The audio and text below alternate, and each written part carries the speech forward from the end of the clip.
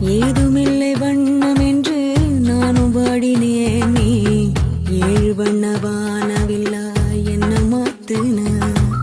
தாயுமில்லை என்று உள்ளம் நேற்று ஏங்கினே. நீ தேடி வந்து நெய்த அன்பால் நெஞ்சு தாக்கின. கத்தியின்றி ரத்தமின்றி காயப்பட்டவள் உன் கண்கள் செய்த வைத்தியத்தால் நன்மை அடைகிறேன். மிச்சமின்றி மீதமின்றி சேதப்பட்டவள் உன் நிழல் கொடுத்த தைரியத்தால் உண்மை அறிகிறேன். உப்பு கல்லு தண்ணீருக்கு ஏற்கப்பட்டது.